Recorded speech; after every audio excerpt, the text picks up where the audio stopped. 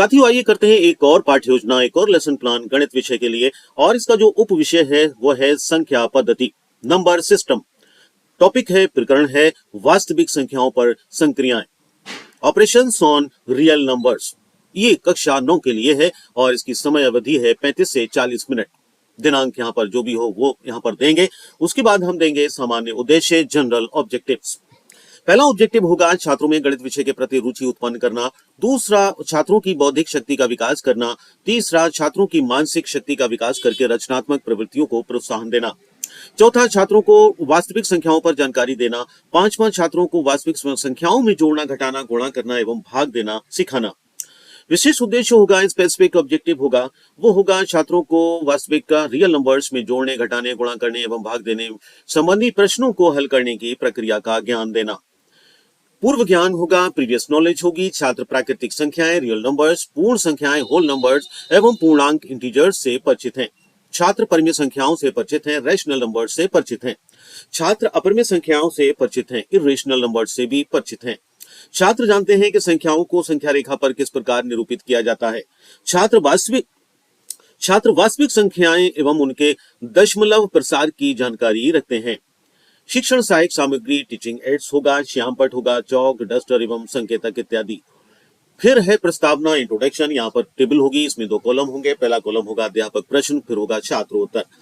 प्रश्न करेगा अध्यापक, परिमेय संख्याएं क्या हैं। परिमेय संख्याएं वो यहाँ R से दर्शाएंगे संख्याएं हैं जिसे P अपॉन Q के रूप में लिखा जा सके, जहां पर P और Q पूर्णांक हैं और Q does not equal to 0 है। यहाँ पर दूसरा प्रश्न होगा, परिमेय संख्याओं को किस चिन्ह से प्रकट किया जाता है। परिमेय संख्याओं को Q के चिन्ह से प्रकट किया जाता है। क्या 2 परिमेय संख्याओं का योग एक परिमेय संख्या होता है। यहाँ पर उत्तर है हाँ, जैसे 2/3 प्लस 4/5, इसका योग 22/15 जो कि एक परिमेय संख्या है। अगला प्रश्न, क्या प्रत्येक पूर्णांक एक परिमेय संख्या होता है। हाँ, ये भी हाँ है, क्योंकि प्रत्येक पूर्णांक m को m अपॉन 1 के रूप में लिखा जा सकता है। यहाँ पर जो अंश और हर, यहाँ पर अंश और हर के रूप में लिख सकते हैं और इसलिए ये एक परिमेय संख्या है। सवाल होगा, प्रश्न होगा कि प्रत्येक परिमेय संख्या एक पूर्णांक होती है। नहीं, जैसे 3/5 एक पूर्णांक संख्या। जवाब होगा नहीं, जैसे 3/5 एक पूर्णांक नहीं है। यहाँ पर 3/5 को इंटीजर नहीं कह सकते, पूर्णांक नहीं कह सकते, जबकि वह परिमेय संख्या है। क्या 0 एक परिमेय संख्या है। हाँ, जैसे 0 को हम 0/1 लिख सकते हैं, 0/2 लिख सकते हैं, 0/3 लिख सकते हैं आदि सभी परिमेय संख्याएं हैं जहां पर Q does not equal to 0। यहाँ पर क्या है, शर्त परिमेय के लिए Q मतलब हर जो है वो 0 नहीं होना चाहिए। 0 हो जाएगा तो संख्या इनफाइनाइट हो जाएगी। अगला प्रश्न, 3 और 4 के बीच में 6 परिमेय संख्याएं ज्ञात कीजिए। जवाब होगा, प्रश्न होगा, संख्याओं 3 और 4 के बीच अंततः अनेक परिमेय संख्याएं हो सकती हैं। इन्हें लेने की विधि एक ये है कि 3 बराबर 21/6 प्लस 1 यानी 21/7 कह सकते हैं। यहाँ पर हम 7 को 6 प्लस 1 में लिख दिया। फिर 4 को लिख सकते हैं 28/6 को लिख सकते हैं 28/6 प्लस 1। तब 6 संख्याएं होंगी 22/7, 23/7, 24/7, 25/7, 26/7, 27/7। यहाँ पर ये इसकी परिमेय संख्याएं होंगी। अपरिमेय संख्याएं किसे कहते हैं, जिसे P अपॉन Q के रूप में ना लिखा जा सके एवं P और Q पूर्णांक हो और Q does not equal to 0 हो, उसे अपरिमेय संख्याएं कहते हैं। अगला प्रश्न, अपरिमेय संख्याओं के कुछ उदाहरण दीजिए। यहाँ पर ये उदाहरण दिए हुए हैं अपरिमेय संख्याओं के, √2, √3, √15, पाई, 0, 0.10, 11, 0, 111, 0, 111 ... अगला प्रश्न है, वास्तविक संख्याएं क्या हैं तथा इन्हें किस चिन्ह से प्रकट किया जाता है। सभी परिमेय संख्याओं और अपरिमेय संख्याओं के संग्रह से जो प्राप्त होता है उससे वास्तविक संख्याओं का नाम दिया जाता है, जिसे R मतलब रियल नंबर से प्रकट किया जाता है। 10/3 एवं 1/7 के दशमलव प्रसार ज्ञात कीजिए। 10/3, 10 को 3 से डिवाइड करना है और यहाँ पर इसको डिवाइड करेंगे, 3 3 9, यहाँ पर 1 बचेगा, 0, फिर ये 10 हो जाएगा, पॉइंट लगाएंगे, 10 हो जाएगा, 3 3 9, यही प्रक्रिया 3.3333 एंड सो ऑन आती रहेगी। 10/7 भी यहाँ पर इस तरीके से 0.142857 एंड सो ऑन ये आएगा। क्या 7 अगला प्रश्न होगा, क्या 7√5, 7/√5 या √2 प्लस 21 पाई -2 अपरिमेय संख्याएं हैं। ये समस्यात्मक प्रश्न हो जाएगा। 2 under root 2 plus 5 under root 3 और 4 under root 2 minus 8 under root 3 को जोड़िए, ये भी समस्यात्मक हो जाएगा। 5 अंडर रूट 3 और 10 अंडर रूट 3 से गुणा करिए, ये भी समस्यात्मक हो जाएगा। ये तीनों प्रश्न समस्यात्मक प्रश्न हैं। और उसके बाद फिर होता है उद्देश्य कथन, स्टेटमेंट ऑफ टॉपिक। अब यहाँ पर टीचर कहेगा आज हम वास्तविक संख्याओं को जोड़ना, घटाना, गुणा करना तथा उन्हें भाग देना सीखेंगे। वास्तविक संख्याओं मतलब रियल नंबर्स को।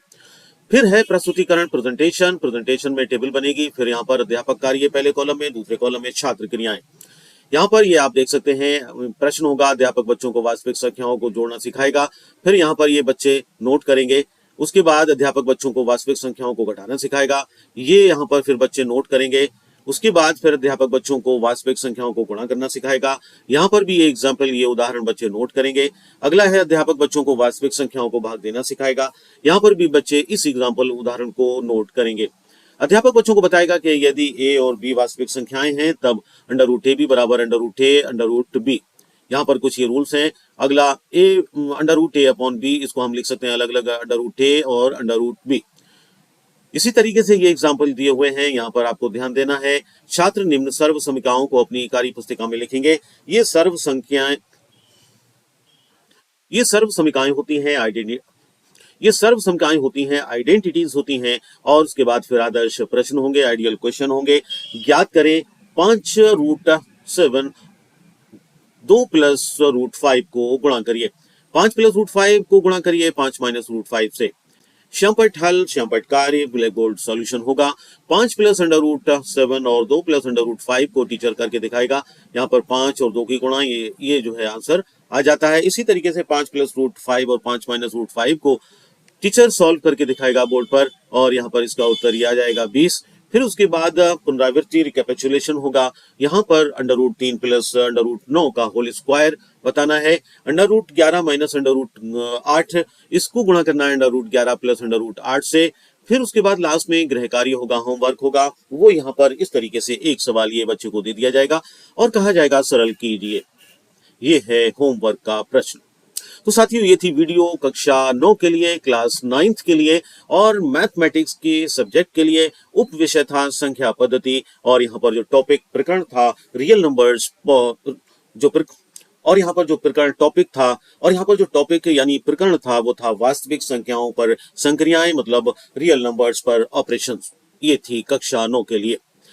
साथियों, अगर ये वीडियो आपको सही लगी हो, अच्छी लगी हो, आपके काम आई हो, तो उम्मीद करता हूँ वीडियो को लाइक व शेयर करेंगे और बेल आइकन का बटन क्लिक करेंगे, जिससे मैं इस तरह की पाठ्य योजनाएं, lesson plans Hindi, English, Urdu सभी विषयों के लिए अपलोड करता रहता हूँ, उसका नोटिफिकेशन समय पर आपको मिल सके।